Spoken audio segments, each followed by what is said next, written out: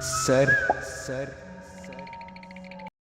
Sir আপনি যাদের নরকে পাঠিয়েছিলেন তারা সেই সিদ্ধান্তের বিরুদ্ধে আপিল করতে চায়। স্যার আমি তৃণমূল বুঝি আমাকে কেন নরক পাঠালেন? এসো আমি তোমাকে আগে আমার সবজি বাগানটা দেখাই। এখানে আমি টমেটো পুঁতেছিলাম, কি বের হলো? Tomato sir. কি লাগিয়েছি?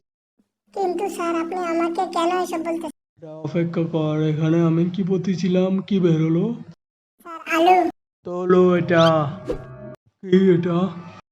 আলু স্যার, কিন্তু আপনার পয়েন্ট কি স্যার? পৃথিবী তো তুমি তাড়াহুড়ো করতে, এখানে এসে একটু শান্ত হও আর দেখো এখানে কি আছে।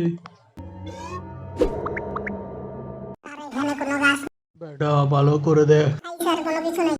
ছোট থাকতে এখানে আমি ডিম পুঁতেছিলাম, এখানে কোনো কিছু জন্মায়নি। স্যার ডিম তো কোনো সবজি না যে তার গাছ হবে।